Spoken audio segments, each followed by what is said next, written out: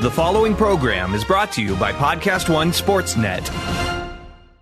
The Steve Austin Show Unleashed is sponsored in part this week by DDP Yoga. Hey, man, working countless matches over the years, it's no surprise that DDP's body has taken its share of bumps and bruises. Pain may be a part of the wrestling game of spending over a decade in the wrestling business, and nobody knows this any better than Diamond Dallas Page. But just like the wear and tear we took in the wrestling ring, you doing whatever you do. Over the years, your body is taking everything that you're throwing at it in the form of work, play, life in general. Your body gets beat up as we go through life. Hey man, DDP Yoga is right up your alley because DDP Yoga is a fitness system that was designed specifically to burn fat, reduce pain, and heal from injuries. Injuries from working your ass off all of your life. That's what we do. Check it out. DDPY has already transformed the lives of superstars like Mick Foley, who's lost over 100 pounds, and Chris Jericho, who uses DDP Yoga to help him keep kicking ass at 47 years young. It's also been used by AJ Styles, Goldust, Edge, Jake the Snake Roberts, and Scott Hall, just to name a few. Dallas is still spreading the word to all of the world out there to try his DDPY program, and you know what? When you think about it, don't sound too bad because here's all the benefits. DDPY has been trying to get the word out there for his DDPY program for years, and it really doesn't sound too bad because DDPY is a kick-ass cardio workout. It will dramatically increase your flexibility. It will strengthen your core like never before, and that's all with minimal joint impact. All you got to do is download the DDP Yoga Now app to have with you while you're on the go. The DDP Yoga Now app has everything you're going to need. It's going to track your weight, all your workouts, how many calories you burned, and Dallas himself sets you up for weekly success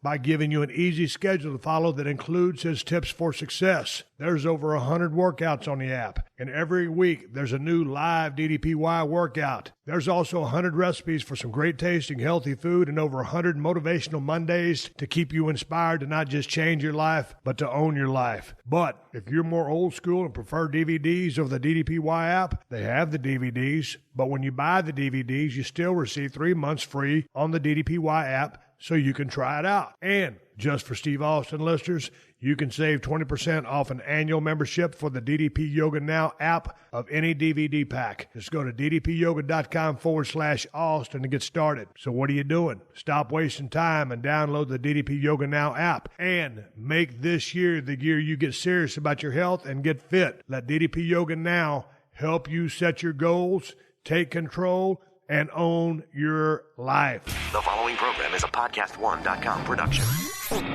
He started in a small town in Texas.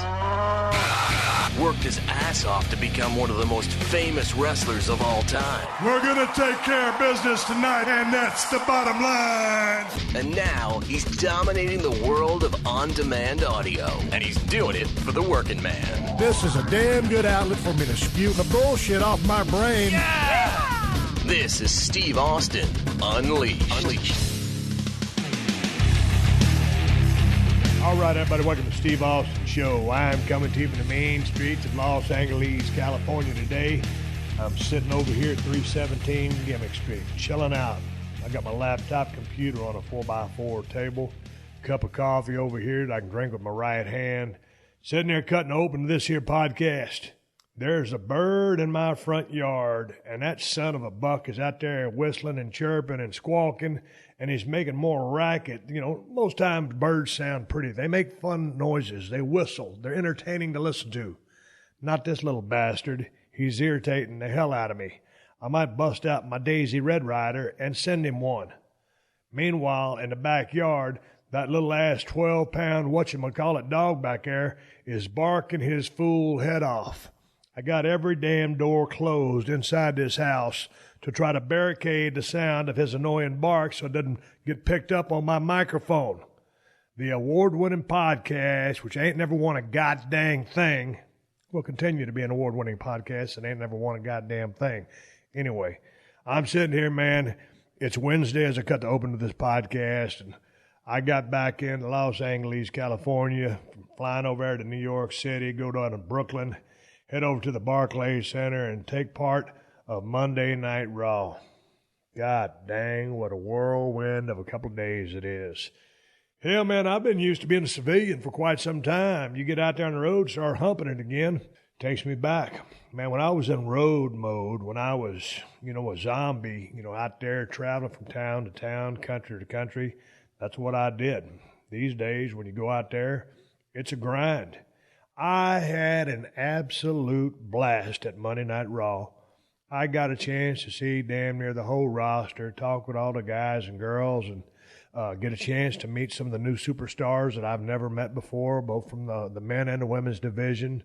And it was just awesome to be around the guys and girls again, to walk through the halls, see what everybody's doing, check in with my all the sound guys, the light guys, all those guys working on the crew, the camera guys that I've known forever. Go over and talk to Terry Anderson, the seamstress, and say hi to her. Man, it was awesome. Got a chance to visit a little bit with the old man, talk with him. It was weird because I got a chance to talk to so many of the people that I was looking forward to talking to. But half the crew, or however many people of the crew, were over at the Manhattan Center. And there was a lot of people over there that I wanted to catch up with. But those buildings are, 45 minutes apart. And I went to the Barclays Center. And I tell you what, man, I kind of got the 411 about what we were going to do. And milled around talking with people and just waiting for my time to get up and get out there and go to work. And I'll tell you what, man, we were standing over at the gorilla position. I was sitting there shooting the breeze with Stephanie, and there's Shane over there doing his thing, and the old man was back there behind me, and everybody started going out and cutting the promos. All of a sudden, man, they crashed that music, that glass broke. A damn shot of adrenaline shot through every single cell inside my body when that glass broke. That crowd exploded. The roof blew off the Barclays Center, and I romped and stomped my way down to that square circle. Hit all four corners. Give everybody a double bird at every single corner. And then stood there in the middle while I listened to Vince McMahon cut a promo, and everybody proceeded to just go, what? Every single time Vince paused. And boy, I tell you what, that was a strong-ass crowd. I tell you what, man, I don't know about a decibel level, but that was a shrill-ass pop. It just lit me up. Here's the thing, man. When anybody goes out, whether you're a guy, girl, green, veteran, it don't matter. When you go out there, whatever you get is what that audience is giving you, and it's a barometer or a thermometer or an indication or a gauge of where you're at in their mind. Hey, man, I ain't been around in years. For that glass to break, for those people to explode like that, I'm telling you right now, Brooklyn, anybody that was a part of it, thank you very much. When you send out that signal in the form of a loud ass, just yell, pop, explosion, you live and die by that. And that's just a dead-on, straight-up truth. You live and die by it. And then I was on Twitter. My account is Steve Austin BSR. And people were sending videos of them jumping up and down in front of their television sets while they were watching at home. So, hey, man, I want to thank the people in Brooklyn for the pop. And I want to thank everybody across the United States of America for watching the show. If you listen to my podcast, I'm telling you, thank you. The ratings were through the roof for the show. I was really happy to be a part of it. I was glad to be invited back. And it was just great to go out there and be in front of, a WWE audience. I was put on this earth. I always wanted to be a professional wrestler. I've been retired since 2003. It brought me back a couple of times, walked down there, smiled, blah, blah, blah, blah, blah. They brought me back in the right capacity. They said, man, we want you to be the old Stone Cold, just ripping, snorting, mean as a junkyard dog, and go out there and do your thing. That's when I'm at home. That's when I do my best work. A lot of people say, hey, man, you're one of the best talkers in the business. Why didn't you cut a promo? What was I going to say? What was the setup? The setup was Shane and Stephanie cut the promo. They brought out Vince. He cut a promo. The master that he is, he sets the table up for Stone Cold, basically insults the Brooklyn crowd, enhancing the pop that I was to receive. And they set the table for me. So there's no reason for me to grab a stick and start debating back and forth with anybody out there. The task at hand was you had, a countless, I can't count how many WWE superstars they flew in for this big-ass show. You've got 3 hours to feature your featured, performers for 25 years. You've got to carry on your current storylines. You're building to the Rumble. There's so many things going on. They didn't need me out there flapping my gums, cutting a promo. So I came out there, kicked ass, drank a few beers, and got out of Dodge. I had a blast. Thank you again very, very much. The ratings were through the roof. I got on my Twitter account, man, and people were just crazy. I had thousands and thousands of tweets and thumbs up and stuff like that. But a lot of people, kind of weren't happy with the rest of the show. And I'm like, man, I was at the Barclays Center for about an hour and a half drinking beer in the back before I took a shower. And, man, I was enjoying the hell out of it. I DVR Raw every single week. I don't watch it all the time. But there was so much negative talk about it or criticism of it or lackluster. They could have done this. They could have done that. Man, put yourself in their shoes. I mean, you got 25 years worth of material. You're trying to pay homage and respect to. 25 years of live television all over the United States or the world and never, ever miss a single shot. It's pretty incredible. So it's kind of a celebration. When I saw some of the naysayers read what they were saying, I was like, man, what are you looking for? What do you think they could have done better? They already had, 100 pounds of stuff trying to put it in a 50-pound bag. So if you have any concise, clear comments on how you would have booked the 25th anniversary of Monday Night Raw, I'd be really entertained if you would send them to questions@steveaustonshow.com, and I'll read them on the air and make my comments about them. Because, it is what it is, and it was what it was. I mean, you've got so many people, so many moving parts, so many different things going on. You just can't book a perfect show. Or if you can book a perfect show, you tell me what that perfect show would have been. And here's the thing, man. Everything in life, whether it's the color red, blue, green, your favorite car, your favorite taste or smell, it's all subjective. Same thing with the wrestling show. From what I saw, what are you going to do, man? I'm watching some of the people I used to run up down the road with. I got a chance to watch Undertaker talk for about 2 minutes. The volume was turned down. I couldn't hear everything that he was saying. I got a chance. I came in and I went right to the back and started getting the beer off of me. The women went out after me, and then Roman and Miz had a damn good match. What I saw was damn good. So there's a bunch of things going on there, and a lot of people weren't happy with it. But nonetheless, send me some emails if you got some comments, and we'll get into what you guys thought about the show. I had a great time. I had a great time seeing everybody, hanging out and saying hello. And if you remember on the last podcast, that's what I said I was looking forward to. It was going to be a big-ass family reunion, and that's exactly what it was. It was cool to be there. I'll tell you this, man. When I went out there, that's the first time I've been out in front of a crowd in quite some time. But when I went out there just to do a little piece of business, man, I walked down there, hit 4 turnbuckles, was standing there in front of Vince. Hell, I blew up. And I didn't do anything physical. I've been doing cardio. I'm not talking about that. I'm talking about the adrenaline spike. I'm talking about the surge in emotions, how jacked up I was just to be there and to get that kind of pop. It sends your heart into overdrive. And I'll tell you what, I was standing there in front of Vince. I was trying to look like I was very calm, cool, and collected, and I was. I'm Stone Cold Steve Austin. But believe me, man, I mean, the adrenaline was flowing, and I was just high as a kite from that type of pop, being in front of a crowd and feeling that electricity. Make no mistake, I'm not talking about drugs. I'm talking about the high of that crowd and that adrenaline. It was just phenomenal. Had a great time. Anyway, I'll stop beating a dead horse. I'm going to do another podcast because I'm going to talk about my travel up there, and I'm going to talk about the stay in my room the night I went out before Monday Night Raw. That Sunday night, went out there and had a few whiskeys with the boxer, guy who used to box. Stayed out way too late and had a real cluster ordering breakfast the next morning. But I'm going to do that on a separate podcast. I just want to tell you guys I enjoyed being at Monday Night Raw. I still love the business. I wish all the guys and girls safe travels, flat back landings, and full houses. I'll tell you about my experience. I just want to tell you that I appreciate the pop that I got out there at the Barclays Center in Brooklyn there. And I'd been wanting to go to the Barclays Center because I'd seen a couple of the pay-per-views coming from there. And, of course, the most memorable that comes to mind, two of my favorites, the Legit Boss, Sasha Banks, and the Hugger, Bailey, when they ripped it up 2-3 years ago. That match is still vivid in my head, so I wanted to feel what that crowd felt like when I went out there and watch those ladies go out there and have that badass match.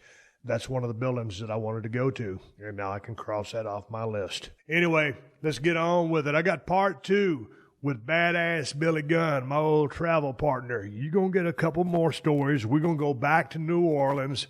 We're going to talk more about the business and shoot the breeze. Hanging out with Billy and Colton was some of the most fun I've had over here at 317 Gimmick Street in quite some time, and I enjoyed them stopping by. Before we get to Billy, hey, man, I got to tell you guys about Hims. Hey, man, it's a new year, 2018. It's a chance to make a new impression, and that means keeping your hair in order and becoming the handsomest SOB the world's ever seen. The bottom line is men want to keep their hair and take care of themselves. Now, hassle-free prevention and solutions now exist with Hims. Hims is the wellness brand for the modern man. A one-stop shop for hair loss, skin care, and sexual wellness, making men's personal care trusted, easy, and affordable. Hims offers FDA-approved medical-grade products, personalized recommendations, plus convenient, confidential online consultation with a licensed doctor. Ain't no pharmacy lines, ain't no waiting room. The products are shipped directly to your door. And Hims passes big savings along to you, offering prescription and generic for just a fraction of the price. Sound treatment and prevention backed by medicine and science. Look better, feel better, do better with Hims. For listeners of the Steve Austin Show Unleashed, get a trial month of everything you need to keep your hair for just $5 while supplies last. This would cost you hundreds of dollars if you went to a doctor's office or a pharmacy. So what are you waiting for? Save some damn money and save your damn hair. Just go to forhims.com/unleashed for all the details. That's forhims.com/unleashed and stomp a mud hole in the hair loss and walk it dry.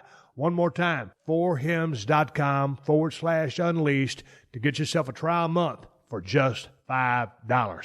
All the big names are on Podcast One Sportsnet, the home of Dan Patrick. If I'm hanging out with any of the Kardashians, I'm hanging out with Khloe. As well as news shows like Red Circle Sports with Dennis Miller. Goodell has become completely full of it. Wriggle's Picks with Rob Riggle and Sarah Tiana. Do you know the difference between a million and a billion? The B? And AP Sports Weekly with Jim Litke. Have you guys ever considered trading Alabama for the Cleveland Browns? All this and more exclusively on PodcastOneSports.com and the Podcast One app.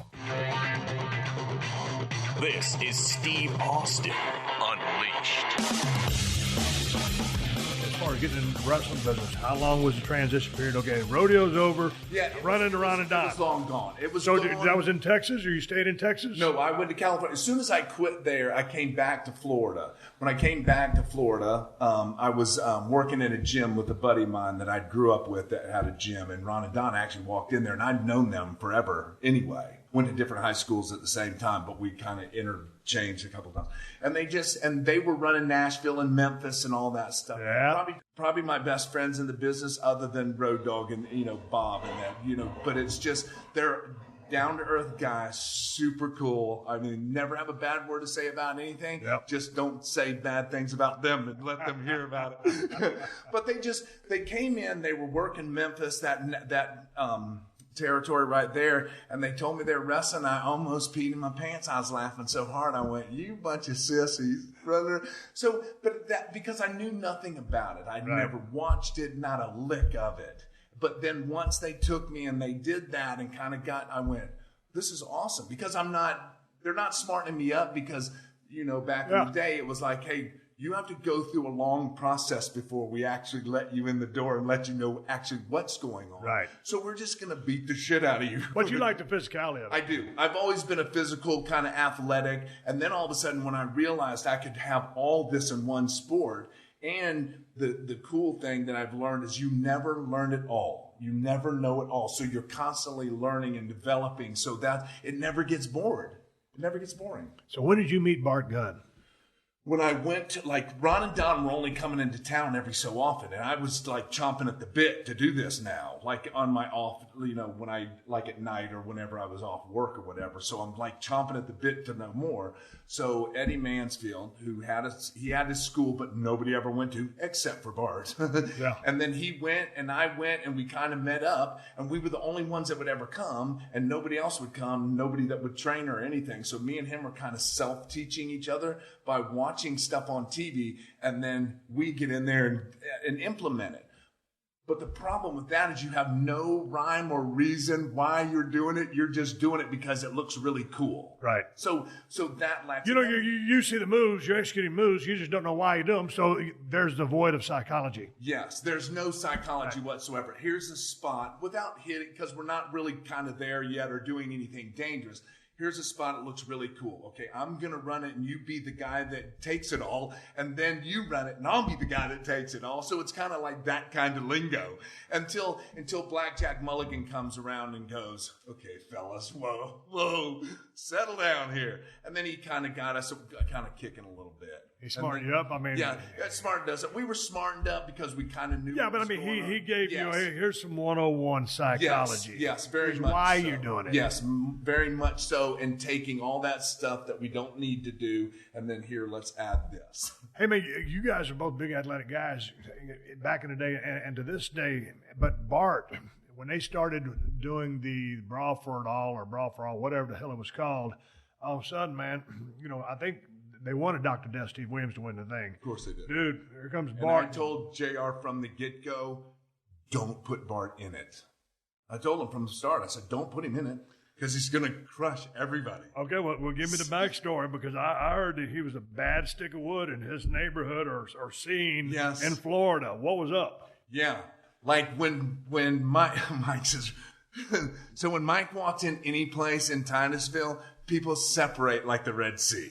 Because he, although probably one of the nicest guys on planet, he's another one. Super nice, easy going. But once he gets going, just go away. Go, because some really bad shit's about to happen. Like, it's not good.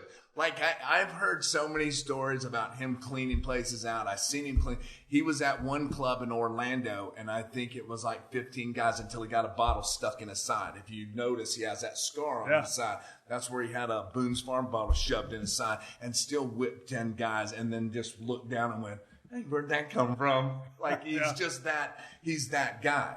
And when they started putting that all together and he was in, I just started laughing. And, of course, JR loved JR to death. This was a Steve Williams thing. This, because he's just kind of coming in the business. It's kind of get him because he's had that reputation. But I just think he was just too deep. I mean, Steve was a badass. But he's more All-American wrestler. Yes. So Bart's that. Now you can wrestle and hit. They figured, okay, that'll balance out. Well, you actually have to get to the wrestling part, but Bart's knocking people out before they even get to that part. So I think it was a disaster all around. And then you put him in there with, the end result is WrestleMania with Butterbean. You put him in there with a professional fighter, and it's kind of, let's put an end to Bart's reign, which to this day, Bart still wants to fight him. Yeah, but I'd heard, and you can clarify this, but I'd heard that because he was going to fight Butterbean, who was a boxer with technique, and Bart was just a fighter with a lot of power and a heavy right hand. Probably just nasty to begin with.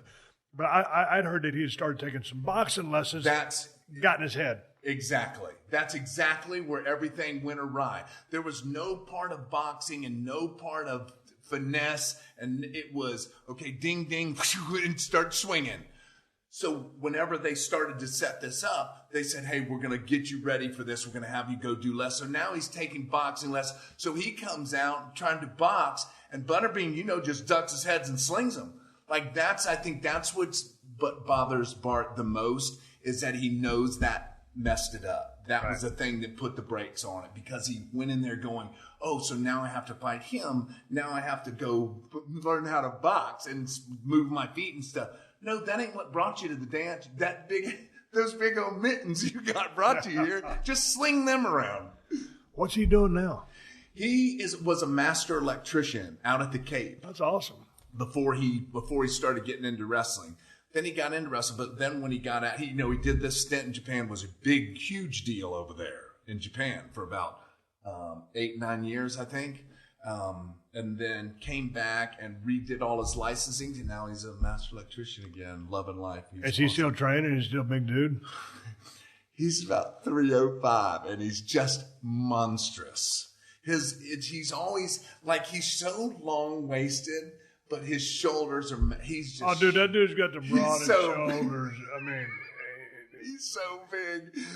His frame. Yes. It's like an NFL defensive end frame. I mean, he's big. You can see him on TV, but, yeah, if he fell out that frame, I could imagine. Yeah. Strong? Very. He's always been very strong. So is he done? He's not going back and forth to Japan anymore? No, he doesn't do it. He's happy? No, he don't care. We do a couple of signings once in a while. If he wants to, he'll do some signings, but he's over it. He's done. He's happy. He's got, his life is there, and it's all good. Huh. We all grow up. I'm still trying to get there, but... What are you doing now? Because last time I saw you, it was New Japan. Yeah, G1 special here in Long Beach. Yeah. I just work on the weekends. I love what I do. I go have fun.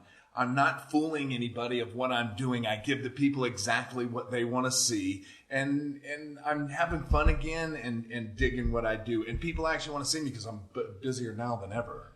So how you feeling? I feel okay. I mean, other than didn't you have a neck surgery? Yeah. What'd you get done? Yeah, what'd you get done? Dissection and fusion of 6 and 7. Okay, at 3 and 4. Yeah. What happened?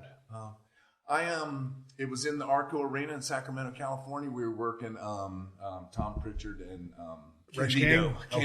Okay. So we were doing that thing with Sonny. It was kind of, we were getting in the groove with doing the thing with Sonny. We were doing this spot. She jumps up. I hit the ropes, accidentally knock her off, go, oh my God. I go down to the floor. I go check on her because it's me that's supposed to be in this infatuation spot with her. And Tom comes off the top and just caught me in the back of the neck. And I hit the ground and a lightning bolt shot from my ass clear across the building. It's like, oh my God. I've never had that happen. Like stingers and stuff. Normally I'm just knocked out before that happens, so I never feel them. But I felt that and just went, oh, whoa. That's bad. Something's not right. So I worked about 2-3 more days like that, and then my left side kept going worse and worse and worse and worse. Atrophy, weakness? Yeah, the whole thing. Yeah. Then I went home and went and saw a neurologist or whatever, and they literally took me right then and said, you got to go, like right now. Because he said it was so bad shattered that there was a piece pushing on my spinal cord. He said you could just step off a curb or something and it go. And I went, oh, well, maybe we go fix this then. Hey, how was your downtime and how long was it? It was about 6 months because I wasn't allowed to stay gone that long. It was 95. Like the company hadn't really got hot yet or do anything. So it's like, if you want to keep your job, we get it. Your neck's hurt, but you might want to come back. Dude, a little bit of pressure. Here's the thing. I guarantee you didn't get no paychecks. I didn't get any paychecks. I didn't either. Yeah. Not on my surgery in 99, 2000, whenever I got fused up. This was before they would start paying the guys, and this goes back. I mean, that's almost like the Stone Ages compared to now, but these days everything's all covered. But back in the day, dude, when I had my neck surgery, I was gone for about a year, zero. I know I got a royalty check every quarter, right, but I mean nothing. Yeah. And so it's like that was kind of the thing too. So did you have any reservations? You say, hey man, maybe I ought to go do something else? No, because I had it in my brain that things are going to happen. And I think I got that from riding bulls and stuff. You just know things are going to happen. You just hope it doesn't happen today. Right. It's the same thing with wrestling. People don't realize what we actually do and the physicality and all the athleticism and stuff that we do. Probably, if not the best athletes on planet Earth when you're right good to go. So, but when you do that, things are going to happen. Like our bodies are not made to bounce off whatever people call the mat or the ring. They're not meant to bounce off of that for 20, 30, 45 minutes every single day. Back in the day, when I got dropped on my head and, with the thing with Owen, God rest his soul. And so anyway, dude, that jacked me up. I mean, it was heavy duty, but I was just thinking, I gotta finish this match, and nothing would work. So anyway, you know the deal. I rolled him up, called it in the ring, and got out. And I remember there's a picture of me sitting backstage. This is Meadowlands Arena, East Rutherford, New Jersey. I used to really enjoy that building. Hated Nassau Coliseum. Yeah. I mean, I love it. I love the people there, but man, they talk about a heel town. As a babyface, you never want to make a comeback at Nassau Coliseum. But anyway, so there I was. There's a picture, and Dr. Ramascavage, remember him? We won't go into details. He's sitting there checking on me, dude. I'm sure I'm concussed. I always stayed razor sharp, but my anterior I was jacked up, just totally effed up. And I'm sitting there, so they're going to take me by the ambulance to the hospital. There I go. I'll get X-rayed or whatever. No MRIs. Nothing's broken. Right. I bruised my spinal cord. I got a bunch of stuff going on, but I walk outside the hospital. Ain't nobody from the company come with me. I'm sitting there. I'm all messed up, and it's like 3 girls had followed the ambulance to the hospital. I walked out. There wasn't no support there. Steve, you need to ride back to the hotel? Yeah. I got in the car with them. They took me by the liquor store. I got a 12-pack of Budweiser. They took me back to the Holiday Inn right there by Newark Airport, wherever you stay there. Yeah. And I remember, dude, I was effed up, leaning against the headboard of my bed, and my anterior delts were on fire. They'd burned for a couple of months like that, and I was going to go to RAW the next day in Philly. I got a rental car and drove myself. But I was traumatized. Yeah. I just sit there and drank that 12-pack of beer. I'll never forget it. I forgot a lot of things about my career, but I was sitting drinking that goddamn 12-pack. I'm thinking, holy shit. Yeah. It was a rough ride. Yeah. But anyway, my point is, I don't want to dwell on myself, but you've been around in the current system because you were down there in Florida and you were part of the show. It's changed so much because, they started employing the trainers right before I left. But, dude, back there, especially when I broke in, that was the Stone Ages. I broke in 89, 90. When did you break in? Like right around 90, 91. Because I didn't train very long before we got hired. Yeah. Okay, so, dude. Okay, but see, so all of a sudden you come in and y'all were the Cowboys. Smoking guns. Yeah, smoking guns. You and Bart. The landscape then versus the landscape now from a medical or standpoint. Yeah, well, you harped on it all the time with the towel around the neck and jerking your... Harley, yeah. I actually had Al Snow used to do that and do all that. And then we have guys getting you walking, they're like, hey, my ankle hurts. Does anybody know how to tape an ankle? Maybe anybody? And then you get the worst tape job you could ever, but you don't want to do it yourself, right? They just go, no, just pull your toes back and then let me tape. It's like, just the worst job ever. But we all think it's good. Now I'm glad too. Oh, yeah, absolutely. Because it prolongs everybody's career, makes everybody feel better and stuff. But yeah, we're just running. Yeah, because, it's an actual sporting event, just as physical in a different fashion than a football game. But, it's a sporting event. Guys are out there, gals out there competing. Yeah. And things are going to go wrong in that ring, and they always do. I remember one time we was working, you might have been there. We was working Hull, Ontario. It was a B-town. It was like a 6-man tag, and we all kind of got together and said, hey, man, ain't nobody here. Everybody just got to be cool. Nobody gets hurt. Triple H blows out a wheel, hitting the ropes. Yeah. Just hitting the ropes. It's the little things. It is the little, like we talked about before, Lane Frost's deal, just the little things before the big one. And you go to do these town, nothing not to take away from that town, but it's just not like a Garden or a Staples. But you want to go on, you still want to give the people what you want to give them, because that's always been my thing.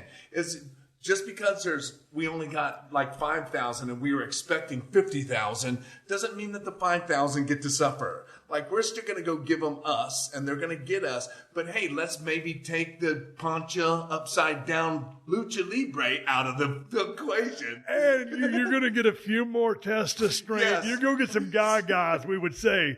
But here's the thing about the boys. When you're traveling around, when you go back to where wrestling basically came from, the circuses, right? And so all of a sudden it comes in and, there's no high spots back in the day. And then all of a sudden there's a couple of high spots. And now there's, the evolution of the business has happened with the guys in this generation to what we were doing.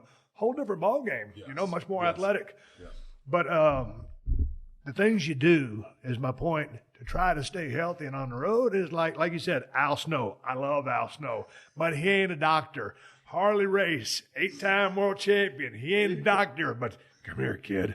And so you put your trust in these dudes, or these self-made chiropractors, or witch was doctors. big on that too. He was the chiropractor. But at least he's got a background that you would just think, well, not just because he's Oriental or Japanese. It sounds like it could be a doctor. You have something kind of aura about you that I go, I trust you with my spine right now. Yeah, right now. Just so I can go in the ring. But as the boys leaning on the boys, I'll never forget traveling with Diamond Dallas Page. Me and Mick Foley, Diamond Dallas Page, we would heal up a room. That means 3 people in a room. And how does that work? Yeah. You know how it works. If there's a double bed, double bed, 2 senior guys get the beds. Oh, yeah. Greenhorn. And Dallas was 10 years older than both of us. Yeah. Dallas had the cot, he had no seniority. But he always had a little gimmick thing, like, those things you just kind of, like, zap, it's like a nerve depressor. Yeah. Or just a little thing, you pull the trigger on it, it's not an injection, it's just a little tap. Yeah. Like you do it on a nerve or whatever. He had those. He had ice bags for every joint on his body, and he's walking around the room naked. He's got a pack on every joint, both shoulders, both elbows, both knees. Yeah. And I'm over there drinking a beer. Mick don't drink. He's eating a chocolate chip cookie.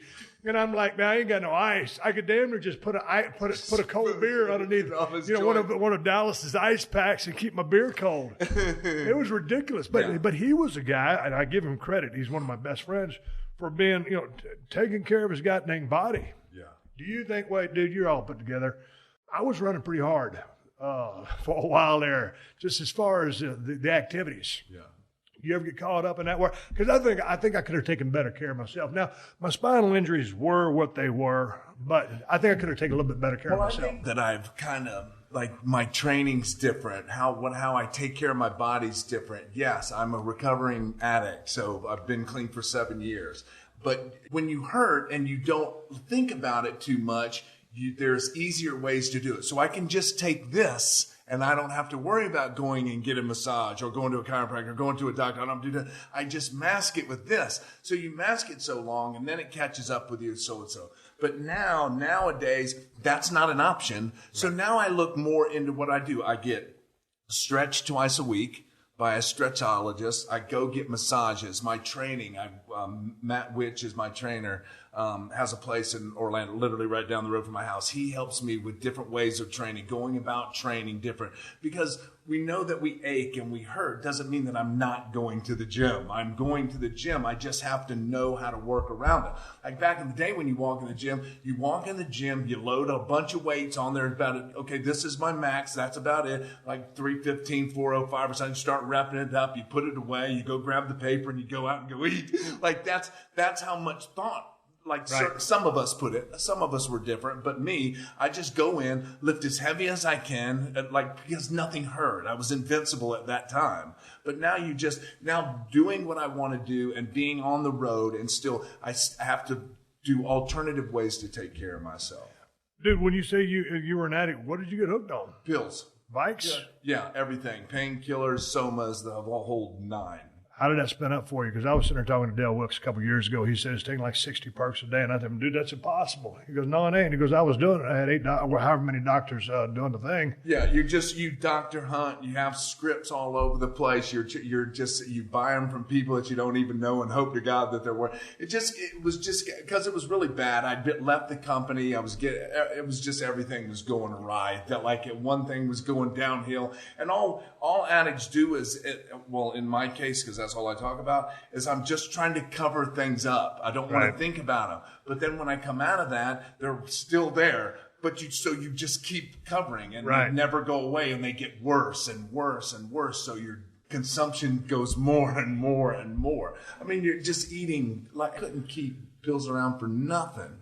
Like going through 100 somas in 3 days. That's insane. That is insane. Yeah, that's crazy. Dude, back in the day, if a guy had a backpack or a fanny pack, he could take his shit off, and by the rattle of what he had in his pack, you can bang me on this. By the rattle of what he had in his bag, you could tell what he was carrying. Dude, and the whole locker room would come to attention. Oh, yeah. You could hear Ambulance had a rattle, Soma, Vikes, Perks. They all had a different rattle. Yeah. I was laughing at myself a couple of years ago. I just bought my ranch down there in South Texas. Since 2007, I'd already been out of business 4 or 5 years. I kind of retired, and I was doing that co-GM thing, and I was out of the business. Anyway, I was down at my ranch, and I took my backpack off, and I hear the rattle of the pills. And, it was like a whole different thing from back in the day, because back in the day, man, I'd have had something there that could put an elephant to sleep, make an elephant jump over the moon, make anything stop hurting. This time when I throw the, it's a bottle of maybe some aspirin, some Zantac 150, vitamin D, maybe some Viagra. But ain't nothing in there for no pain. Yeah, no good. Yeah, nothing of any good. It was funny because, you would get hurt. You would use something when you got hurt, but then... Well, I remember my first road trip. Dude, I was in college. I grew up in a small town in South Texas. I get to college. I'm in North Texas State. I get in wrestling business, right? I've been through wrestling school. They didn't teach me about any of that stuff in wrestling school. They don't teach you how to do a blade job, take a chair shop, eat pills. And that's on the job. Yeah, that's... So, but as far as the pill thing goes, I'm riding down the road. We're going to do a shot in Oklahoma. The person I'm riding with says, hey, man, you want a bike? I'm an athlete. Long blonde hair, pretty jacked up at the time, feel good. I mean, what's a bike? He said, a Vicodin. What's it for? For pain. I'm not in pain. No, it'll give you a buzz. Yeah. Okay, so I took a Vic. Yeah. But I never got spun off, on them. I was lucky in that regard.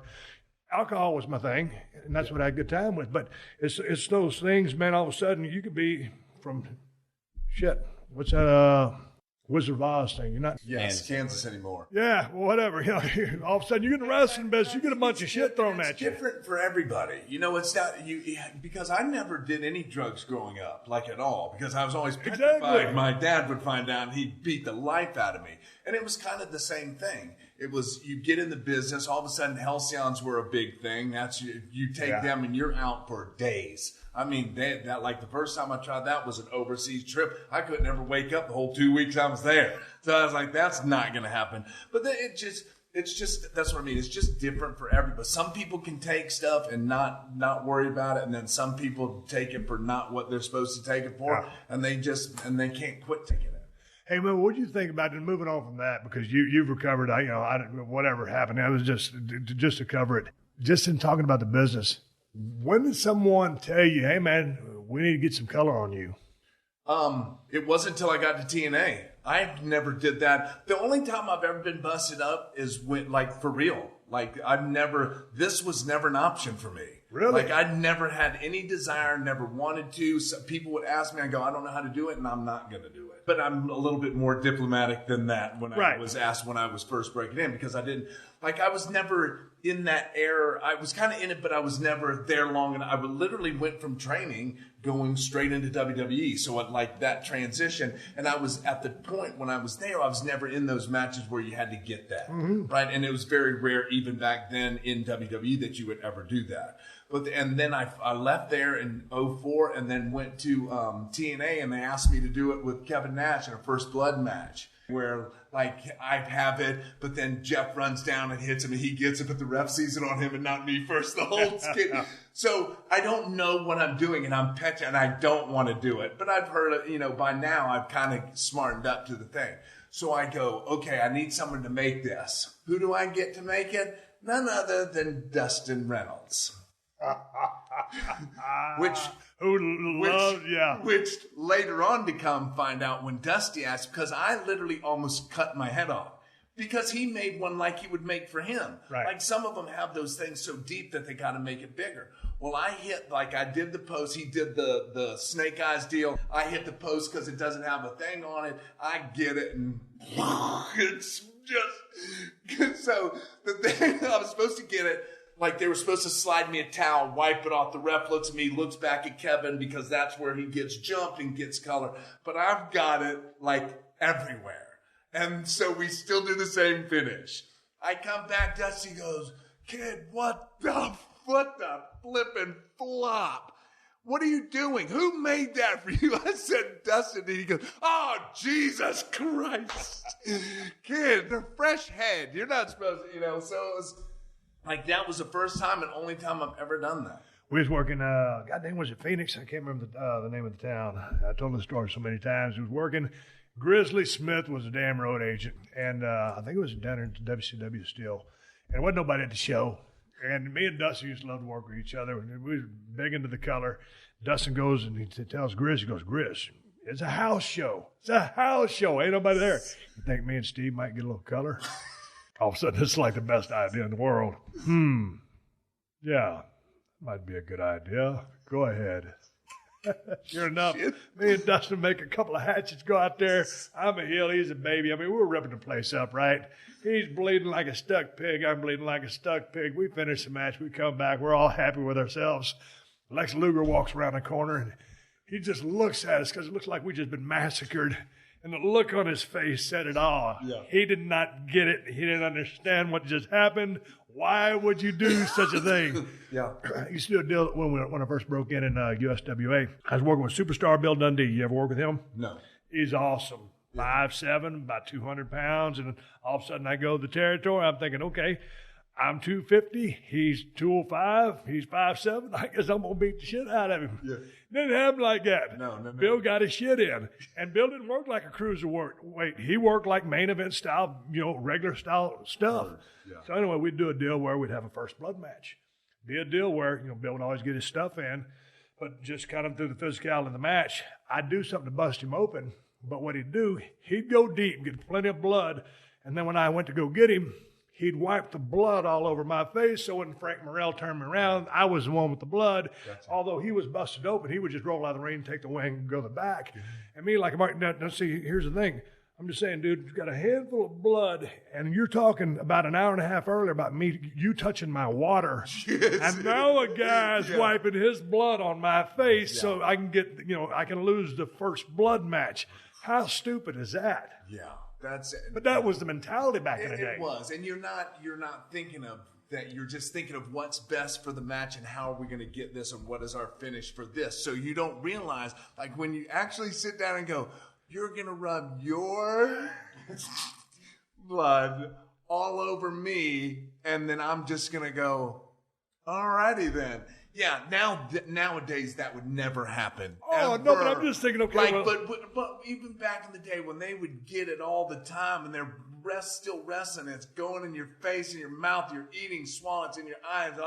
You're just like, you don't even think, wow, where has your shit been at? But I was just thinking at the time, okay, man, I'm a wrestler. This is what we do. Yeah. These days, when I look back at some of the things we used to do, it's like, come on, dude. Yeah. What was your head? You wonder why your blood's not blue.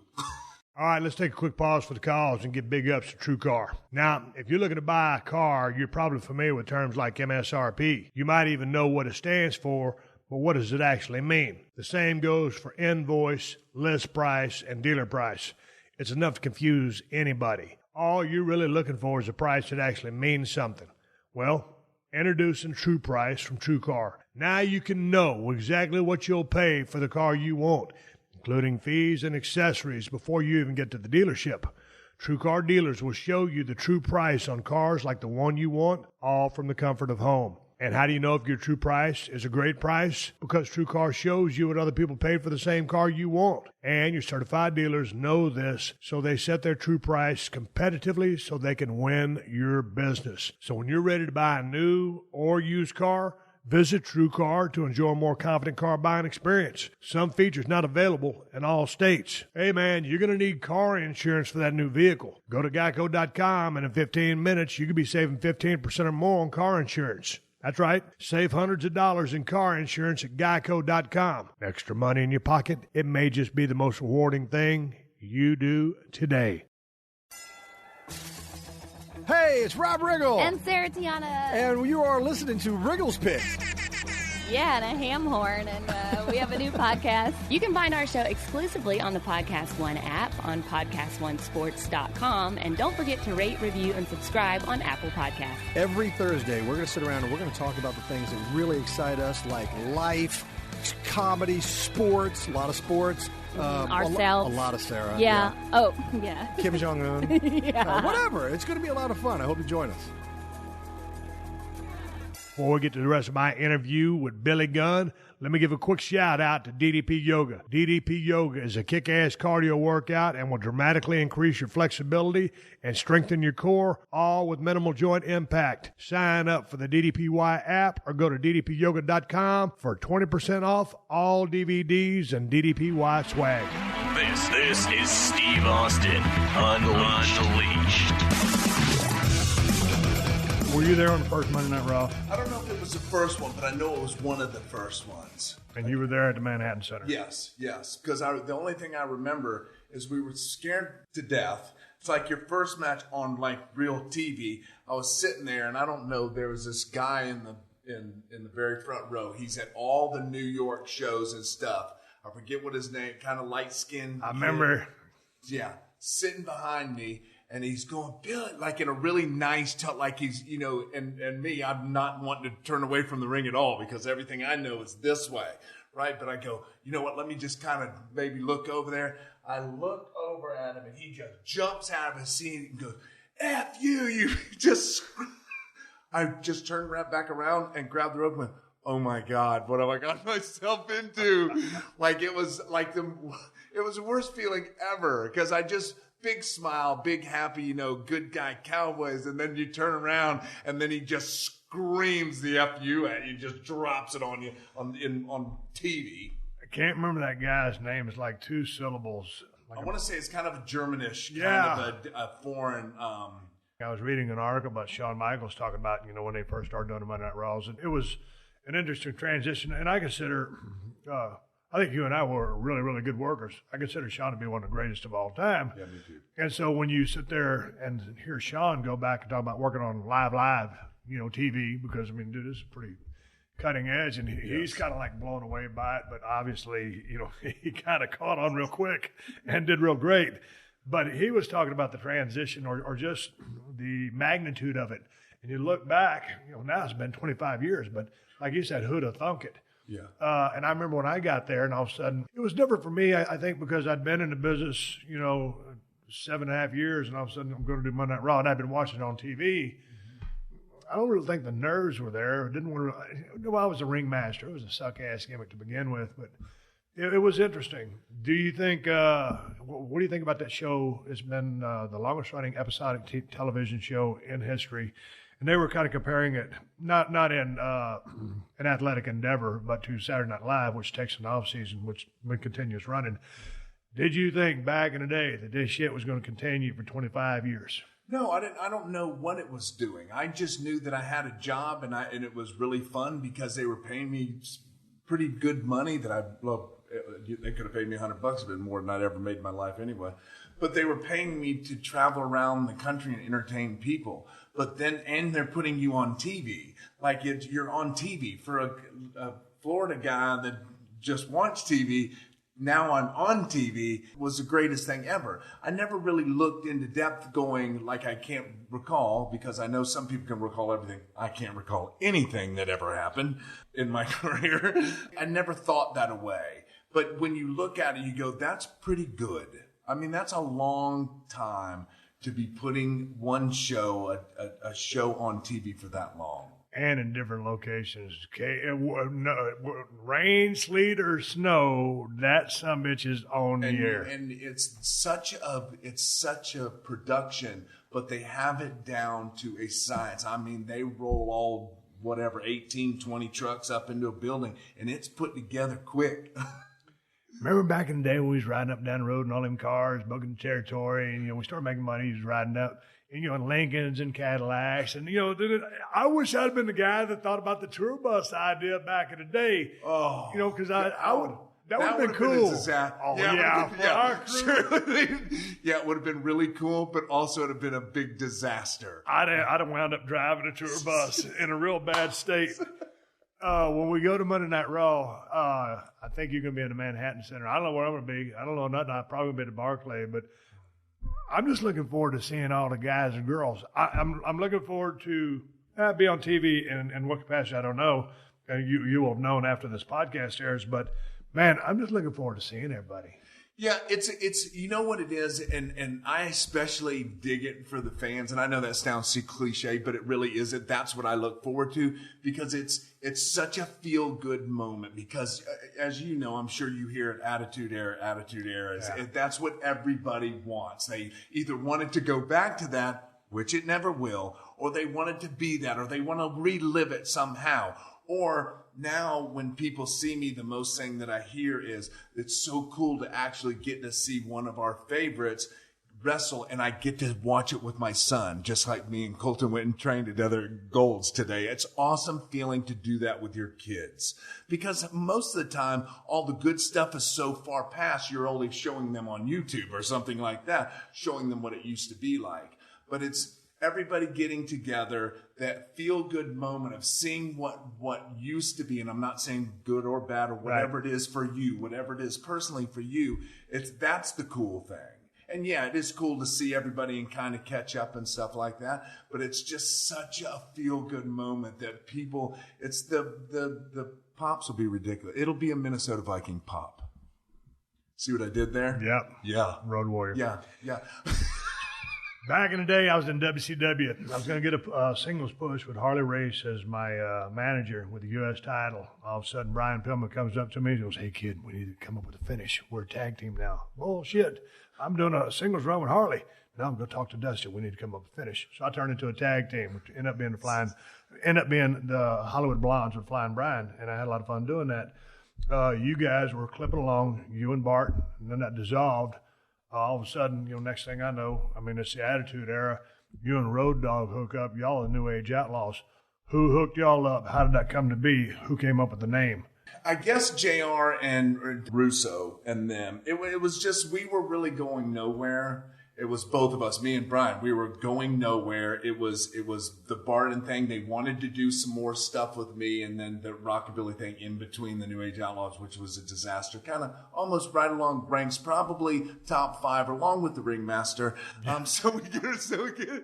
So that goes away. Me and Brian do our thing. All the office stuff. It was Russo and Pritchard and those guys and people coming along. These two, we're going to get rid of them anyway. We might as well stick them together. It feels like there's something we just don't know, and they don't know either. But then when we got together, it was awesome. It was just crazy good. When you look back now at all the stuff that you guys did, and then, the stuff that I was doing, and then everything with DX, but just you and Road Dogg, it's very corporate now. Yes. But, dude, did you ever stop and at any point in time and think, man, what are we doing? This is some crazy shit. Because I didn't. I thought it was par for the course. It went so fast and furious. It was just seemed like it started and was over. And the only thing I'm thinking is, where did that go? It was just so, it was funny because somebody, some people can recall what they've done since they got in the business and been in the business 50 years. I'm not one of them. Me neither. I had somebody, it was either a tweet or something, he said something about the 8-man that we all had. He goes, in Houston. Where it was DX, but our special guest person was Savio Vega against you and Owen and some other people. And they go, "Hey, when Steve took that trash can and just slung it across the ring at you, how did you guys call that?" I'll tell you how that happened. Because go give me your end. But it's like, I feel that's a lot of what's wrong today is they can't look at somebody and know what's coming. Like back then, we were all such in a groove that we just knew. I knew just from a look. I knew from what we were doing here. I know what's coming because I knew you. I saw you get it, and I knew you wanted to do something with it. So I just went, might as well be me. No, dude, I remember like it was yesterday, and I can't remember shit either. But it was happening. I remember it was Mick and Terry, or it had to be Mick and Terry, but it got tangled up in the barbed wire, and the crowd was hot. Oh, they had them insane. They was ready to come. It started almost like it was starting to kill them off a little bit. Yeah. And I was like, Jesus Christ, I'm over. Because dude, if there's one thing I can't hear with shit, but I can feel that crowd. Yeah. And I could hear them. And this is in Houston, Texas. And all of a sudden, man, somehow a trash can was introduced, and it was handed to me. I saw that trash can. I looked at you. You looked at me. And it wasn't even a signal. All of a sudden you come barreling through, I pick up that trash can and wham, just strike. Dude, I don't practice throwing trash cans. Yeah, no. But I threw that thing with such force, just hit you right there, picture perfect, where you'd want to be hit with a trash can. I went back and watched it because I was like, okay, kind of vague, but watch it. And it was just like a Earl Hershiser shot. Yeah. Shoom, just pow. And man, if anybody goes back and watches that match, and I'm going to recommend it at the podcast, that was not a call spot. It wasn't planned. That was an ad-lib thing. Yeah. And so it just happened. And there's a lot of that I feel that's missing today, that you kind of don't have a feel with somebody when you get in a groove. And of course you're working with so many different people now out here that they don't have time to get that. But I feel that's missing. Like they have to go over from A to B to C to D to like the funniest thing ever was Al Snow's 7. Yeah. Oh my gosh, that was awesome. But it's like that. Yeah. Like you just, like you said, you have to go out there and feel what the people, if you just listen, they'll take you in a direction that they all want to go, because at the end of the day, I'm here to entertain you. It ain't about my wrestling ability because I'm not good at it. Shit. Here's a great story for you. One time we were at Monday Night Raw. I can't remember where we were or what happened, but it was going to be a deal. For some reason, Bart was going to feed in, or I was working. No, I was working with Bart. I know where you're, God dang it, I knew you had to work him. This is a payback. I thought we were going to get away from this. This is a payback for when you whooped my ass in New Orleans. When I swore on my life that I wasn't going to attack you again, and I attacked you again. I was talking about billy goats. So I'm working with Bart Gunn, and whoever's giving us a finish, and you're his partner, so you're just kind of being there, standing right there side by side, and said, all of a sudden, Steve will hit you with I guess we're called a Stone Cold Stunner by that time, and you popped. You're like, oh, this is great, because your partner was doing the favors for me that night, and so you're gloating, you're the happiest guy in the world, and then how'd they break it down to you? And you're taking it too.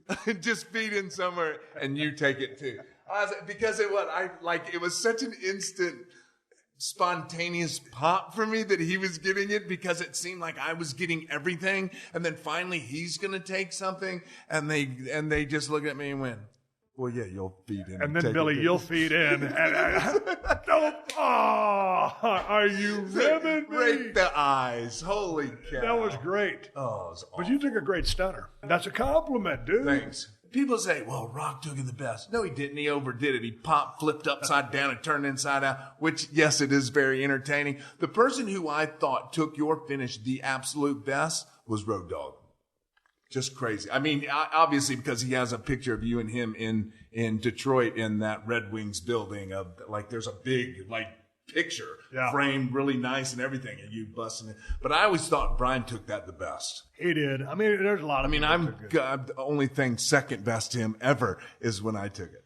Dude, every now and then, if you would be in a cattywampus fashion, I remember I gave it to Goldberg, who's like, y'all have different physiques, but dude, just very rigid, like And Bill kind of took it a little bit horizontal, kind of laid out for it. You got to just take it on your knees or bend over like Razor would do it, or Benoit, But he came down, he just crushed me like a pancake. There's a couple times, your big ass, so what am I going to do? Come back and say, dude, you kind of snugged me on the stunner. It's not something you come back and bitch about. I hit you with my finish, but you snugged me by crunching my friggin' vertebrae on my whole back. There was a couple times, Billy, that like my back would start hurting like a sumbitch, and be like, I'm giving pretty much the whole roster the stunner, and it's like, what I do, tell Vince, hey man, maybe we should lay off the stunner. The back's kind of hurting a little bit. Yeah, because that's for sure thing you're going to tell him. Yeah, no, please, I don't want to hit my finish tonight if you don't mind. Hey man, we was on that damn loop. We talked about it last time. We was in Red Deer, and I made up a name of a town. What was the name of that town I made up? Red Deer. It was in Canada. What was it? Moose something? Yeah, Moose Jaw. Yeah, Moose Jaw. Yeah, okay. Moose Jaw is not actually a town in Canada, but it's similar to the good. The big brain on Colton. Yeah. We ended up in an Econo Lodge, and it's a pretty big ass, shit box room. It was a bad room, and we were traveling, and we stopped at a bar. You remember the story? Yeah, made me dance. And And with the heavy duty. Kick the DJ guy out. He goes, Stone Cold's here to spin some tunes. Get out of here. He's spinning tunes. He's making me and Bart go dance with people. Or I don't know if that. No, I couldn't make you do anything, Billy. I couldn't make you. Colton. It was highly suggested that if you're going to spin tunes, somebody's going to dance. And it's going to be you along with the bigger lady over there. Dude, girls from Moose Jaw need some love, dude. Brother, they hemmed up eating some corn for a while. Dude, I don't know. I don't remember what I was drinking. I think it was just straight up beer. I think it was a Kankakee, whatever that beer was, coconut, whatever it was. Yeah. It was a local beer, man. God dang, we was hitting those damn beers. We had a spot show down there, and there wasn't nobody there. We got back, we had to kick it up a little bit, and I don't know how I got the gumption to get in the DJ booth, and I damn sure ain't no DJ Jazzy Jeff. No. And I was over there spinning those tunes, talking on the RF mic. You know, back then I'm actually a pretty shy guy. But God dang, I was on fire that night. Y'all was out there just tearing up dance floor. And literally, there's only 6 people in the freaking club. Yeah. It was awesome. Yeah, it was funny because the kid that was running music is sitting at the bar enjoying himself here all over, trying to got half a headphone on with the mic and spinning tunes out to have a clue what you're doing after playing. Yeah, it was good. What's your favorite story in the history of the business? Gosh, I don't know. Favorite story in the history of the business that I was involved with? Yeah, just something that you vividly remember. Because, like I said, you know, when we were down in Harley's basement, I will never forget that story when you're just smoking him and just, dude, put the king over for God's sake. Yeah, no, I don't. Gosh, I don't know. I don't. There's been so many. Like when you get like as soon as I walk out your door, it'll come to me. Right. Like, oh yeah, here's how I want to cover this base with you before you leave. All of a sudden, you know, you're in town hanging out with your son, Colton. I'm thinking, okay, Billy's going to come up. Because I didn't know you lived here, Colton. So I'm thinking, oh, they're going to Uber over here to have a rent-a-car. Just park right there by my 2003 Ford Focus Metallic P. Y'all show up in a Ford F-150. Yeah. Y'all are styling. That's your truck? Yeah. Yes, it is. Yes, sir. Yeah. So why'd you go F-150? What was that? Why'd you go F-150? Because his dad's got a 250 6.7 diesel. That's why. Really? What year? Brand new. Dude, I was thinking about getting a new truck, and then I put it off. But now I'm thinking about getting another one. And I've been driving those Duramaxes. Well, my dad has a Duramax, so when I go home, I drive that thing. And I like that Chevy Duramax. I had a 2001 Power Stroke back before that I started having all the headaches, hassles, and horse shit. And I know I got the bugs worked out now. Yeah. And it was a 4-door long bed, 4-wheel drive, 2-tone white and tan. That was that good-looking rig. Yeah. Had the front end leveled, front end replacement and rear bumper. It was a sharp-looking truck. And I know you're the king of 4-wheel drive, dude, because you built some big-ass trucks back in the day. I remember them. Yeah. And you would take them out and you'd get them just stupid, muddy. And I was thinking, Jesus Christ, this guy's got a $70,000 rig and he's just out there thrashing it. And then it'd be just spick and span clean.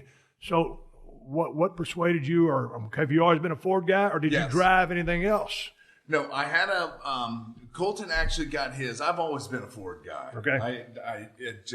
And I had a car at one time, but that was just because like one of the trucks that I built, I tore to pieces and I was banned from getting another truck for a little while. So like $80,000 down the dumps upside down. And but other than that, I've always been a Ford guy. I had an F-150. He got one, and then I forget what I had. I had so I got an F-150 2014 once. I had a diesel before that, 350, and it had 270,000 miles on it. So I was like, all right, it's time. I got a job. It's time to get a new truck. So I got a 2014 used, but it only had 10,000 miles on it, F-150.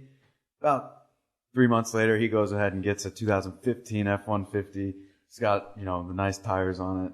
I guess he just wanted to be like me. I'm not sure, but yeah, because it was awesome. And the F-150s now are really nice. So I have a buddy that runs Built Vic in Huntsville, Texas, Wes Abbott, who I went to college with. They're the biggest F-Series dealers in Texas, or in the country, actually. Right. So I called him and said, hey, this is what I want done to it. Can you do it? And he said, for you, of course I can. So I get it, bring it back, love it. We have that big storm. Yeah, a gigantic tree goes right through the middle of it. So, of course, you can't. So now it's destroyed. They total it. So I call Wes and go, hey, now I need something else. And I can't go back to the F-150. You just can't do it. So the new 6.7 diesel 250 came out. Now I had it all done the exact same way that I wanted. Tires blacked out. My complete roof opens up and stuff. So, yeah, now I have that. It's same as my F-150, just different.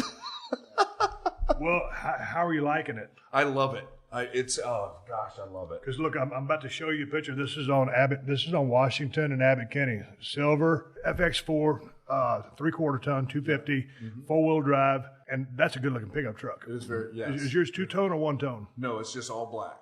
Okay, so dude, I mean, right there, that's silver. Yeah. I don't know. That's a good looking truck. It is. But I'm a Chevy guy. You think that's a better truck than a Chevy? My opinion, yes. Yeah. And it's all subjective and opinion. Yes, it is very. But I've always been a Ford guy. I've been a Ford. I dig my Fords. I've had a Chevrolet. I've had a Tundra. I think Toyota Tundra. That was a good little truck. I had that for a couple of years. That's what I had right before I had the F-150. But I just seem to always go back to the Ford. I think the Ford diesels are probably the best on the market. I love my diesel. What is that one? Is that diesel? That was a diesel. Yeah. And if I get something, it's going to be a diesel. Yes. Because I want to pull stuff with it. Yeah. And these things these days are operating 900 some foot-pounds of torque. Yeah. So the torque monsters back in the day when I was into the F-150s had a black 88 150 with the chrome wagon wheels, and man, that was just long bed, regular cab. They didn't have crew cabs back then. That was a bad son of a gun. I would just love it. 351. That thing got about 6 miles a gallon. It was rotten, but god dang, I love that truck. And then I got into the Z71s, got into a Chevy mode. And that's where I've been ever since. But then when I started, getting my old Broncos, not old, and 95s, 96s is what I got. And man, those things, I just love the way those things drive. But if you're going to get them on the road, because it's such short wheelbase and 1995 technology, you want to be driving something modern. And you can't pull nothing. I mean, you can pull stuff with it, but I'm talking about pulling some heavy shit with it. Yeah. So I'm gonna try the Duramax, but I'm thinking I've been spending a little bit more time in Nevada, and if you go off-road, I'm not going to take it off-roading per se, but when you go off-road with your trailer or whatever, you need a little bit of clearance. The only thing about that Chevy that bothers me, they ride a little bit low, just as far as the undercarriage. Rear end, stuff like that. I don't want to just jack it all up. Dude, that's a stock ride height on that Ford right there. Yeah. No. They probably got some of the best clearance on the market. Right. Just straight out of the box. But and some fender room. You just put a leveling kit on it with 33s, that thing will look ridiculously good. And that's not that big of a deal. All you're doing is leveling everything out just to get a little bit more clearance and some 33s, just some good old 33s. Right. Ooh, buddy. They like putting 56s on it like I You remember back in the day when you were building those crazy trucks? Were you also doing sound in them? No, I did a couple. No, it was more about when people looked at it and would go, oh my God, are you serious right now? Yeah, but my point is, when you do a couple of sound systems, it's like, okay, after you do a couple of them, it's like all you need. These days, stock radios are so good.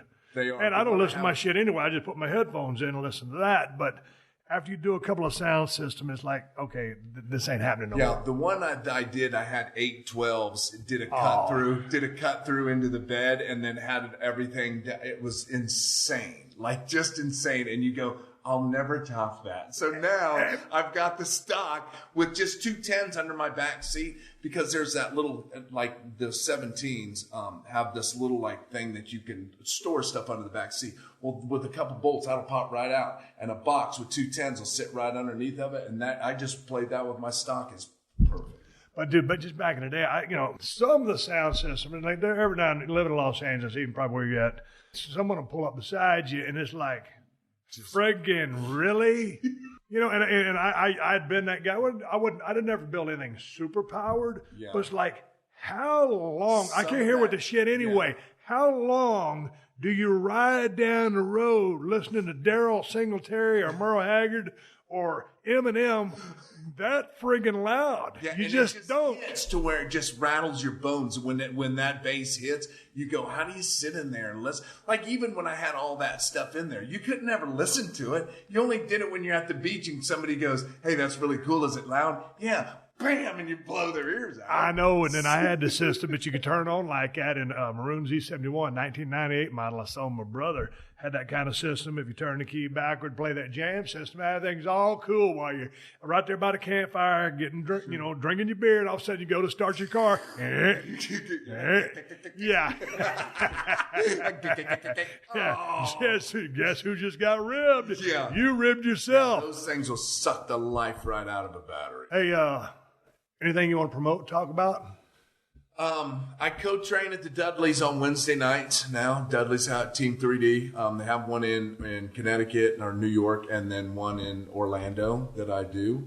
That I'm co-trainer. I train there once a week. It just gives me something to do, and I love it. I think they're running one of the best schools out there. I know there's a couple, but I think ours is the best. No, I'm just out. At what level, when these guys come to you, or guys and gals, when they come to you, at what level of training are they in the business? So there's three, like Devon, and sometimes like the one in Orlando, we have this kid named Cruz that teaches kind of the beginners and getting them. Dan teaches. We have our cardio for these kids is like second to none. It's insane. Like I would put any of them up against anybody, anywhere. Their cardio is ridiculous. So I get anywhere from beginners. I'm not going to teach them anything because I just don't have the week. I get them a little bit after beginners, after they put in some moves, and we're just trying to get them together it's really about getting them relaxed and understand where they're at in the ring and being more aware of their surroundings and kind of just getting comfortable and it's just repetition to keep doing because things have to happen like this. You ain't got all day to think about stuff. And it's got to come to you right now. But they have to think so long that it puts them, once they get in think mode, it's over. So how long does a class like that last? Just for us, it's however long. I mean, I think they pay for 3 to 6 months. I think it's all at different. No, but just a session, that class. I mean, how long? Are you there all day? I'm there all day on Wednesdays. Okay. Like my day starts at that sounds pretty fun. It's awesome. I love to coach. I really do. When I was at the Performance Center, I loved it, the whole whatever. So I love coaching because I love people. I'm not the end-all, be-all of coaches. I just have a little piece of something that can help some people because what works for me, as we know, doesn't work, and it's nothing anybody hasn't heard that anybody else sitting over here that's ever coached. But coaching is so much fun because you have to deal with so many different personalities and so many different, like he's going to pick up stuff. Like Austin is training now. Probably one of the best people I've ever trained. Not because he's my kid, and I say that all the time. And people go, well, he's your kid. You're supposed to say that. No, it's just something that he has that once he does something, he fixes it instantly. So it's weird the levels that you have. I have to spend more time with you, but I can't take away from everybody over here to just spend time with one person. So it's trying to manipulate your time and make everybody understand and keep their attention. The hardest thing is trying to keep their attention while you're teaching somebody else because it's not them, right? But they don't realize, well, if you watch them, it'll help you. It's because they just don't understand, and that's the cool thing about it. Back when I was growing up, I just figured, everybody wanted to be a pro wrestler. Obviously, you didn't. You didn't watch it. You was riding bulls. But you got into it with Ron and Don Harris. So I guess my question, because I thought everybody, when I signed up to go join Chris Adams Wrestling School, there was actually a line of about 25, 30 people. And I thought when they made that announcement, and there's going to be right after a Saturday morning television taping, man, there's going to be dudes in that line, that look like Bruiser Brody, maybe 6'5", 6'6". I mean, they were just a normal string of human beings. One really heavy set dude, and I had my long blonde hair, and I had I had black gerbos on, a purple shirt, some loafers. That's the only clothes that I owned that looked proper because I didn't have no money. I was working off a scholarship. You know the deal. Yeah. But I guess the point I'm making, I thought everybody wanted to be a wrestler back in the day. So what's the appetite? Because I know everybody's searching for talent. The territories have dried out. You don't have all the training grounds, but there are specific schools scattered throughout the United States, as you know, and a performance center down in Orlando with WWE. But coming through your channels, I mean, is it like a steady flow of traffic or just hit and miss? It's kind of we have a certain amount, and they just come and go, and they're all shapes and sizes and styles, and some people do it. We're not because you look at some of these people and you can when you have an eye for it, you can go, you're never ever. But that doesn't mean that I can't tell them that because I kind of want to crush their dream. So you'll most and most of the times they get it, but they just want to do something else, or they just want to be in it. They just want to feel it for a couple of months or whatever. So you can't not teach them. Right, but it's just different bodies, different types, personality. It's everything comes through our door. Everything. Right. We have some people that come and just visit and stay for a week or two. We got some Israelites. Israelis? Yes, Israelis. Israelians. Yes. We can invent words. Yes. Yeah. I'm hey, Billy. Hey, we got a brain over here in Colton. Billy and I ain't the brightest son bitch in the world. Alert.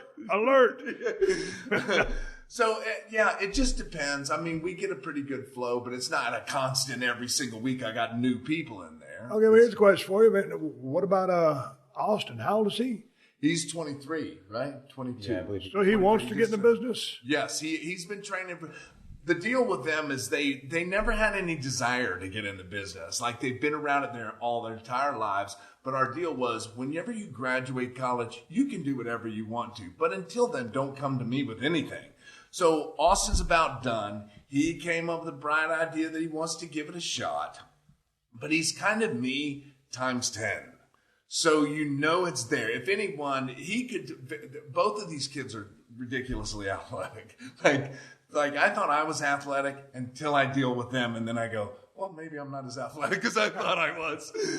But he's so athletic and has so much charisma, so much drive, and really wanting to do this, that it's cool to watch him actually do stuff. And I've been able to have a tag match with him, which was really cool because everybody came and his whole family and everybody came and watched, which was awesome. But it's just something about teaching him. I think it's because understands, but he doesn't do what he's seen on TV. Right. He does what he knows how to do and how it would feel to him. So it's just it's so different training him. Well, Colton, then that being said, are you trying to get into business? I don't believe so. I don't know. I haven't closed the door on it, but now being out in LA, obviously he would never want me to go get trained by anybody else or anything like that. So, I don't know. I'm always back and forth on it because just like I said earlier with the love and hate relationship with wrestling, it's like I don't want to get hurt. I don't want to be traveling all the time, but also, I don't want to be a wrestler. Well, how old are you? 26. 26. Yeah, man. When I started, I was either I was about to turn 24 or I was 24. How old were you when you got in? A little later than that. Probably 25, 26. But in the same pocket that we're talking about with me and Colton then. Oh, yeah.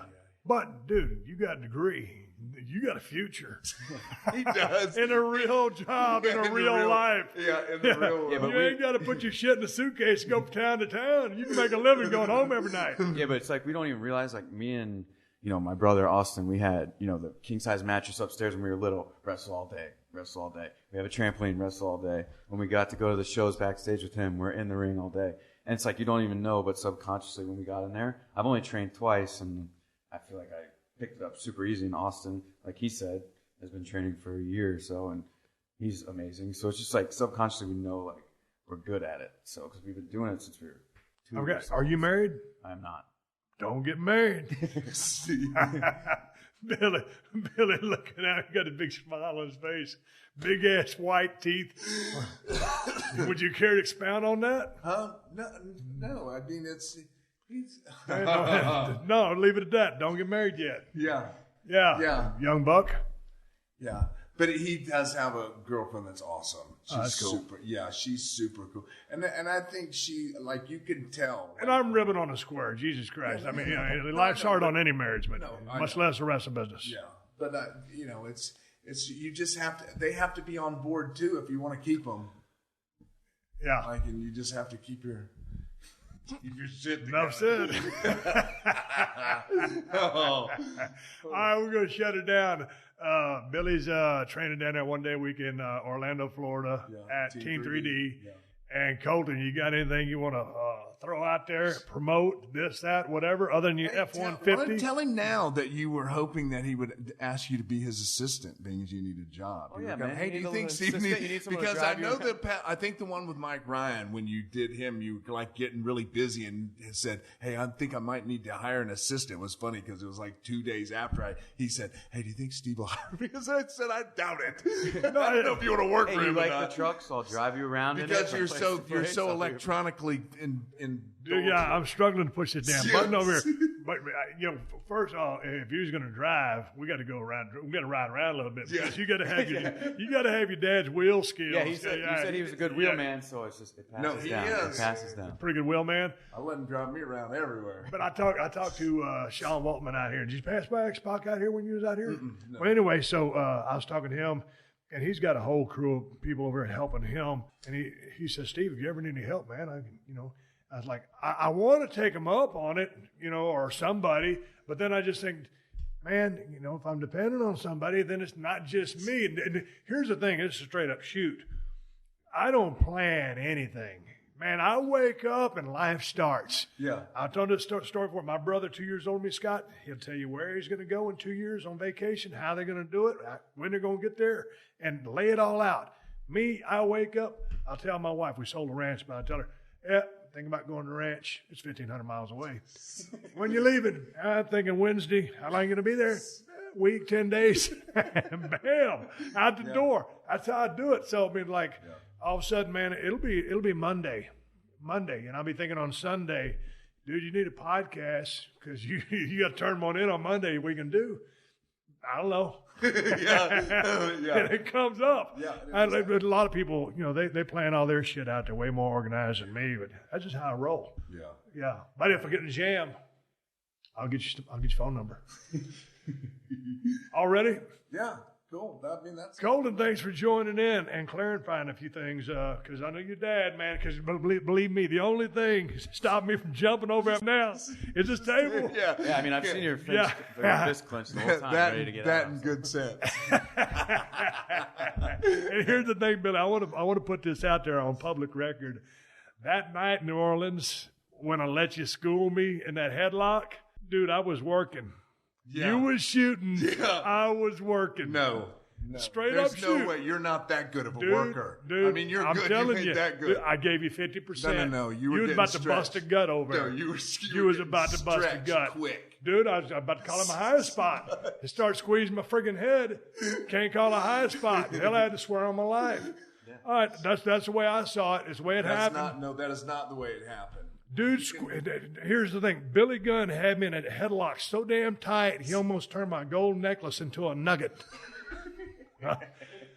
That's Steve Voss. I'm hanging out with Billy Gunn, my old traveling partner, longtime friend, and his son Colton, riding off in the sunset. Awesome seeing you guys. Thanks for coming by the crib. Thank you very much. Podcast One and Sound of Success present Oh My, a celebration of Dick Enberg. A special Sound of Success episode commemorating one of the greatest sportscasters of all time. Hosted by Rich Eisen and Susie Schuster. With interviews and stories from Vin Scully, Jim Nantz, Bill Walton, Dan Patrick, Billie Jean King, Steve Kerr, and more. Find Oh My, a celebration of Dick Enberg on PodcastOneSports.com and the Podcast One app. All right, everybody, give me the go-home cue. It's time to wrap up this podcast and ride off in the sunset. Before I do that, I want to thank my guest, Billy Gunn, along with his son, Colton Gunn, for coming by 317 Gimmick Street and shooting the breeze. I was going to give you guys a video to watch. Maybe you can remember this match. It was a pay-per-view. It was done in Houston, Texas. I don't remember what the damn name of it was. It was that one where I threw that trash can at Billy Gunn. That's what we were talking about. Man, I looked at him. He looked at me. I saw that trash can. I give him a nod, and here he comes. And I just launched that damn trash can. I can't remember the name or the year. Seemed like it probably would have been around 1998, give or take. I don't even know what it was, but it's about an 8 or 10 man tag. Cactus Jack, Terry Funk, myself, Billy Gunn. Hell, I can't remember who all was in the match, but I remember throwing that damn trash can at Billy Gunn. If you can find that on the WWE Network, that's a pretty damn entertaining match to watch. I know Brian James was there at Road Dogg because I believe they were the ones feeding that comeback, and I think I took the finish on him. Great match. Those guys fed the hell out of me at the back end of that thing. Mick goes out there, gets tangled up in a big ass bunch of barbed wire. Him and Terry. It was a great time. Houston crowd was going crazy, and everybody was ready to just shell out and have a good time, and we did. If you can find that match, check it out. I think you'll enjoy it. Hey, man, all my Broken Skull Ranch shirts, they're over at ProWrestlingTees.com/Steve Austin. I have an IPA beer. It's called Broken Skull IPA. El Segundo Brewing Company makes it. And over here in California, we're at Whole Foods and Total Wines. If you don't live in Cali, check out InsideTheCellar.com and see if they ship to your state. Hey, folks, I always tell everybody, you need a pocket knife. And if you're looking to get a badass pocket knife, check out the Cold Steel Broken Skull knife or the new Cold Steel Working Man's knife at my new Amazon store. They got the best price on both knives. Just go to Amazon.com/shop/Steve Austin. And hey, I want to say thank you big time to all the fine sponsors of the Steve Austin Show. That's how I'm able to do this podcast for you twice a week for free. And you can find all my sponsors at PodcastOne.com. Just click on the Killer Deals button at the top of the page and then click on the Steve Austin Show banner. Speaking of Podcast One, the new Podcast One app is now available for download at the App Store or Google Play if you ain't got it yet. There's not another podcast app like this one anywhere. And that's because the new Podcast One app is loaded with some cool-ass features that let you do a lot more than just listen to your favorite shows. You can access behind-the-scenes photos, articles, and connect with other fans of the shows you like. Hell, watch over 1,000 360 virtual reality videos. You can actually watch some of your favorite shows in virtual reality. It's like you're sitting right in the same room with them. So get to the App Store, Google Play, and download the new Podcast One app now. Folks, until next time, my name is Steve Austin, and I will catch your ass down the road. Download new episodes of Steve Austin Unleashed every Thursday at PodcastOne.com. That's PodcastOne.com.